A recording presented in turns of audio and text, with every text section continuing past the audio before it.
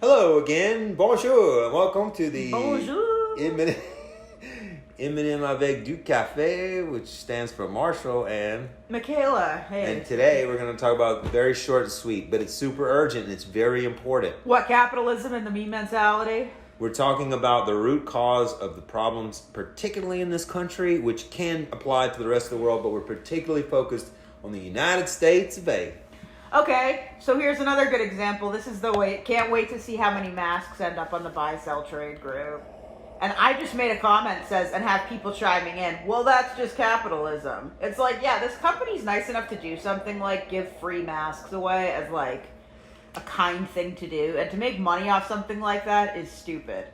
It'd be like as a crew person if I, sold my crew shirt off on eBay for like, yeah, and guess what? There's not many of them. It's a rare shirt, but it also has no meaning for you. I don't know. Well, we're saying this because we're trying to understand the main issue in this country, which COVID-19, blow. The wind of God.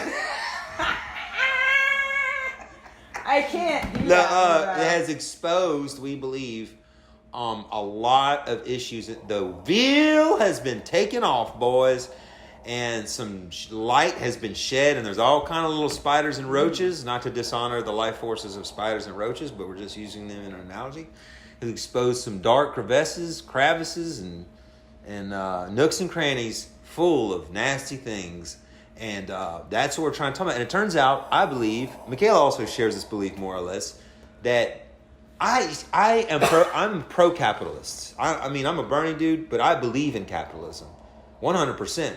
I'm a total capital. I believe capitalism works. Yes. Everybody should have a free, but everybody also should have a free shot. And well, the thing is, no. Everybody should have an even starting point, but not equality of outcome. An equality starting point, but not equality of outcome.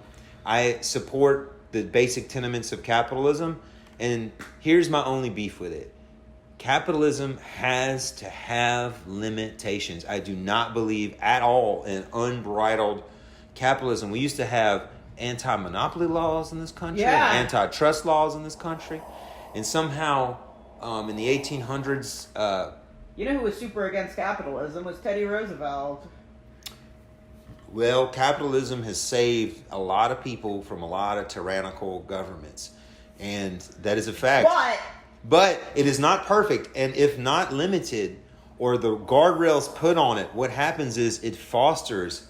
Right now we don't have an even playing field either, so it's like... It fosters an insidious greed and the me mentality. And what we're seeing with COVID-19 is the rise... Well, not the rise, but the exposition, the exposing of the Karen culture, which is white, suburban, middle-aged, middle-class mostly, sometimes upper class, white, Western European, fair skin. Sometimes we've even seen some Spanish speaking ones.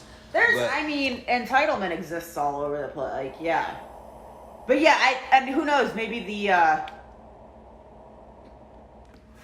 don't know. I think entitlement exists everywhere, and everywhere you go, unless you live in I don't know what I'm trying to say here. I think all we're trying to say, because we have a lot of things we agree on this time, because sometimes we don't agree. But I think on this one, we pretty much in agreement on most of it.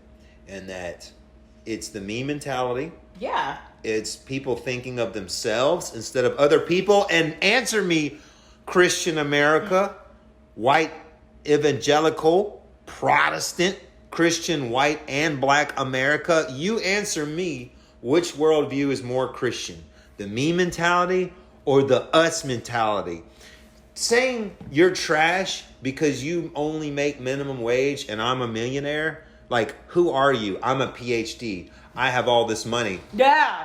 Gauging the quality of someone's humanity by their monetary income, you tell me if that sounds like a Christian value. And number two, thinking of yourself and your riches and your self-aggrandizement. That's fine to a point. I'm sure God or Jesus or whoever doesn't have a problem with you having blessings. But this is the same Bible that says it is easier for a camel to pass through the eye of a needle than for a rich man to enter heaven. And I don't know any other way to interpret that verse. But either way, let's just say it's okay to be rich. That's fine. We'll go along with that argument. Still, you have to think you should gauge a person more about who they are as a character and not their value based on their monetary income. And you should think about the quality of the society within which you live. Because like it or not, I don't care how many acres you have. I don't care how much you fence in or don't talk to your neighbors. Yeah, man, it doesn't You matter. are directly... We're all going to end up in the same place at the end anyways. We're all going to end up fucking dead. The quality of your life is directly affected, some lesser, some more, by the quality of the society within which you live. I'm lying? Is that true? No, it's true. So you have to think about society because human beings are evolved to be gregarious. And it is inhuman, anti-human. Well, it's not anti-human. It's just against why our species of Homo sapiens sapiens is successful because we're gregarious. So it would be dishonoring the whole reason we exist or manage to survive. If that's not true, where are the Neanderthals at? Where the Homo habilis at? Where you at? Cro-Magnon? All right, I want to wrap this up. Devonian? I want to wrap this shit up so we can finish watching this freak out video. Magdalenian? Ramapithecines? Australopithecines?